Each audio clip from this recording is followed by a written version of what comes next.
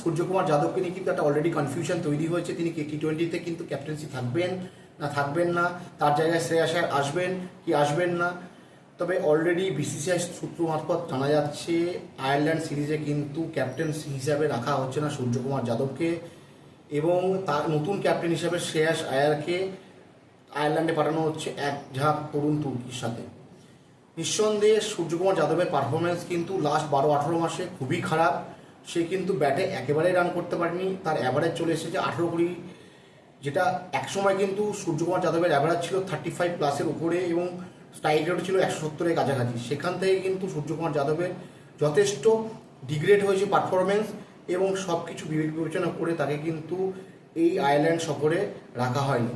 একটা সময় কিন্তু সূর্যকুমার যাদবকে বেস্ট টি20 ব্যাটসম্যান হিসেবে ধরা হতো, এবং তিনি একটা সময় কিন্তু নাম্বার 1 টি20 ব্যাটসম্যানও ছিলেন।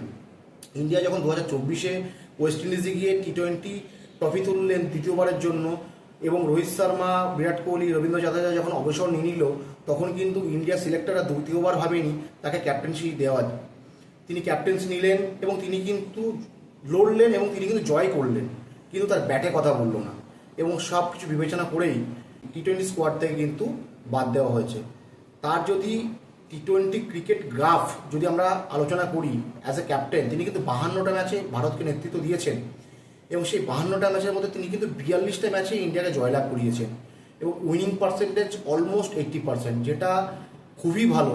তিনি কিন্তু একেধারে ইন্ডিয়াকে 2026 টি20 ওয়ার্ল্ড কাপ জিতিয়েছেন, এশিয়া কাপ জিতিয়েছেন, ইংল্যান্ডে গিয়ে সিরিজ জিতিয়েছেন, এবং ইন্ডিয়াতে যে বাইলেটারাল সিরিজগুলো আছে সেগুলো তো জিতিয়েছেন।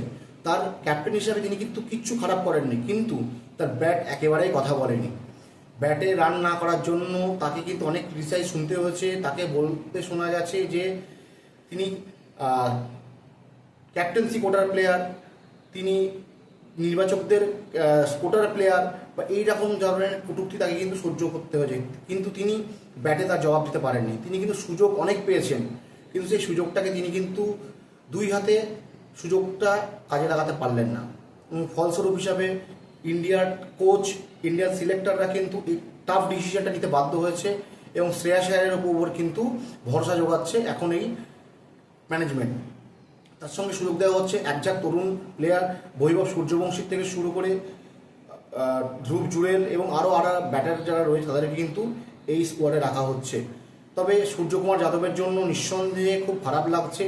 এর থেকে কিন্তু একটা জিনিসই প্রমাণিত হয় যে তুমি যদি পারফর্ম না করতে পারো, তুমি যদি কিছু কন্ট্রিবিউট না করতে পারো, তাহলে তোমাকে একটা সময় না একটা সময় তোমাকে সবাই ভুলে যাবে, এবং তুমি যে অবদান দিয়েছো লাস্ট 5-6 মাস বা 1 বছরে অ্যাজ এ ক্যাপ্টেন হিসাবে, যে ট্রফি তুমি জিতিয়েছো, সেগুলোই সবই কিন্তু একটা কাহানি থেকে যাবে, তোমাকে কিন্তু সবাই ভুলে যাবে, এবং তুমি কিন্তু কালের নিয়মে তুমি কিন্তু হারিয়ে যাবে।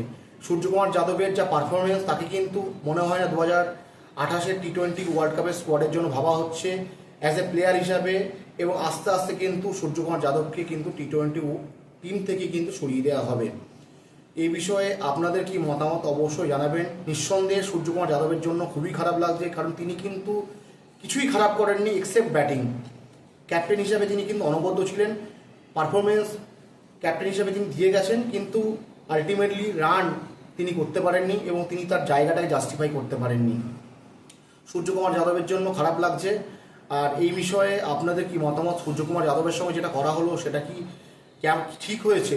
সেটা কি সঠিক সিদ্ধান্ত নেওয়া হয়েছে, বা সূর্যকুমার যাদবকে কি আরও কয়েকটা ম্যাচ সুযোগ দেওয়া যেতে পারতো, আরও কয়েকটা ম্যাচ তাকে ভাবা যেতে পারতো? এই বিষয়ে আপনাদের মতামত অবশ্যই কমেন্টে জানাবেন, এবং ভিডিওটা ভালো লাগলে একটা সাবস্ক্রাইব করে, লাইক করে, শেয়ার করে দেবেন। ধন্যবাদ।